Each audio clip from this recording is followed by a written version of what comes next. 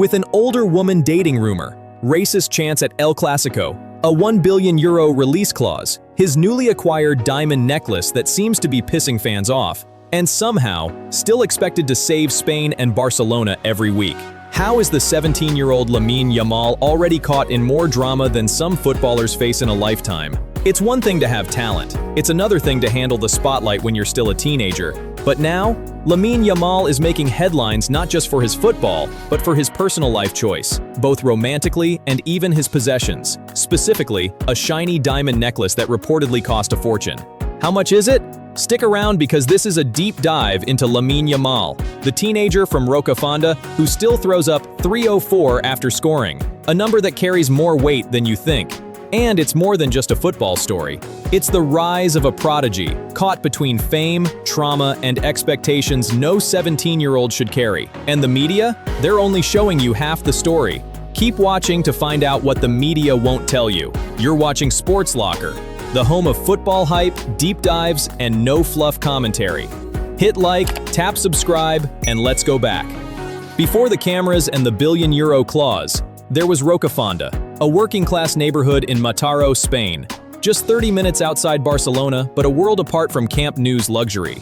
This is where Lamine Yamal grew up, not in football academies or gated suburbs, but in a neighborhood often labeled as conflictive, high unemployment, a mix of immigrants from Morocco, Equatorial Guinea, and Latin America, and street culture that makes you grow up fast. And if you've seen Lamine throw up a 304 after a goal, that's not just a celebration. That's the Rocafonda's postcode, a reminder of where he came from. A message, don't forget me now that you're famous. Some may ask, was his upbringing really that rough? Ask anyone from 304, and they'll tell you, you don't survive Rocafonda without street mentality. And that's what shows in his game. The street flair, the calmness under pressure, the refusal to be rattled even when facing grown men in Champions League clashes. And, by now you've probably heard it, Lamine Yamal is the next Messi, the best teenage talent in the world, Barcelona's savior. But let's pause for a second, because behind every next big thing in football history, there's a long list of broken promises, burned-out bodies, and forgotten names. So, is Lamine Yamal really a once-in-a-generation talent, or is the world just too quick to crown? Let's look at the facts. By the time he turned 17, Lamine had already become Spain's youngest ever debutant, scored in the Euro semi-final, broken the record for youngest player and youngest goal scorer in both La Liga and for Barcelona, started for his country and club, not in friendlies, but in matches that mattered. And just when the football world thought they had seen it all, Barcelona slapped a €1 billion release clause on him. Yes, you heard right, €1 billion. That's not just a price tag, that's a message saying, this kid isn't going anywhere and we know what we've got. But here's the question, do they? Or are they simply trying not to repeat the mistakes of the past? Because for every Lamine, there was a Bojan Krkić, a Giovanni Dos Santos, and Ansu Fati. Wonder kids who came in hot and burned out even faster. So what makes Lamine different? Here's what former players are saying. He plays like he's 28, not 17. His decision-making? It's unreal. He doesn't force the game, he reads it. They're not just hyping his talent, they're amazed by his maturity. So when the internet exploded with rumors about him dating a 30-year-old TikTok influencer, it wasn't just gossip, it was disturbing. It started with a few photos, actual paparazzi pictures showing 17-year-old Lamine vacationing with 30-year-old TikTok influencer Fati Vázquez on the Italian island of Pantelleria. A few sun-soaked photos, matching locations, a quiet resort escape, and suddenly the internet declared it. Lamine Yamal is dating a 30-year-old. Within hours, Fati was being bombarded with online abuse. People called her a predator, a groomer, a clout chaser. She reportedly received death threats, documented them, and considered legal action to protect herself. There's no denying it. They were in the same place, same resort, same jet ski, same trip. But was it romantic? Both Lamine's camp and Fati herself said no. I haven't hooked up with anyone from the group. I just spent a few days with him, Fati told reporters. Spanish journalist Javi de Hoyos backed it up, saying Lamine was with his friends and personal team, not on a couple's getaway. One vacation, one photo, and suddenly the most talked about teenager in football was at the center of a media storm he didn't even start. After the dating rumors with an older woman died down, another storm brewed. This time over a new diamond jewelry that Lamine Yamal recently got that is worth more than a dozen fans' annual salaries. The newly acquired diamond-studded necklace is said to be priced at a whopping 400,000 euros. It didn't take long for social media to explode. Some called it 2-week salary. Others begged someone to please guide the kid. One tweet even joked that Barcelona was on TikTok Live begging for money while their youngest star was out here flexing like a rapper. At just 17, fans felt he was doing too much, too fast, and the necklace became the latest symbol of what they fear: a prodigy getting distracted. Lamine's life isn't just under the spotlight, it's under surveillance. And the scariest part? He's still just a kid.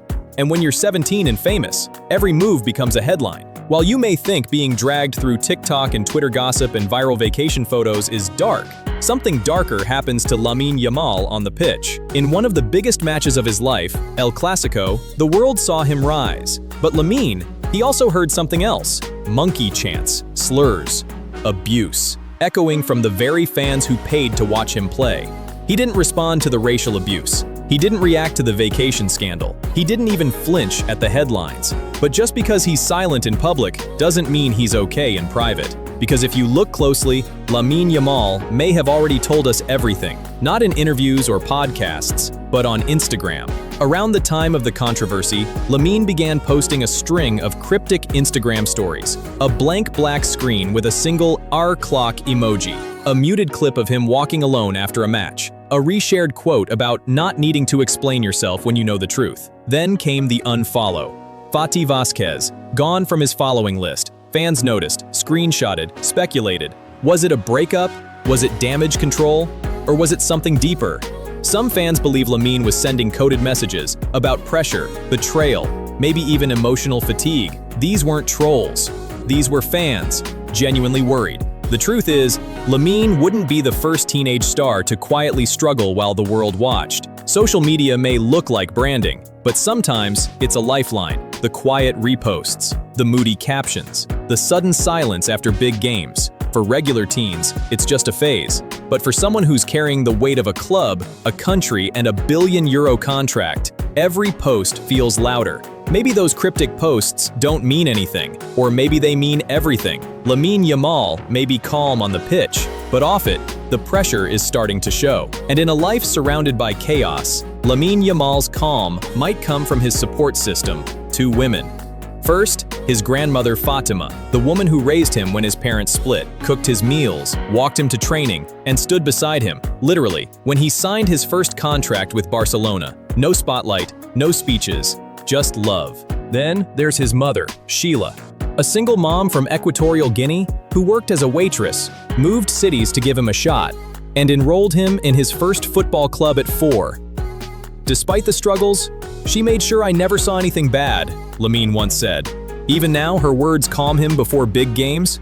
She's not famous, but she's why he's still grounded. But not all family stories are soft. In 2023, his father was stabbed in Barcelona.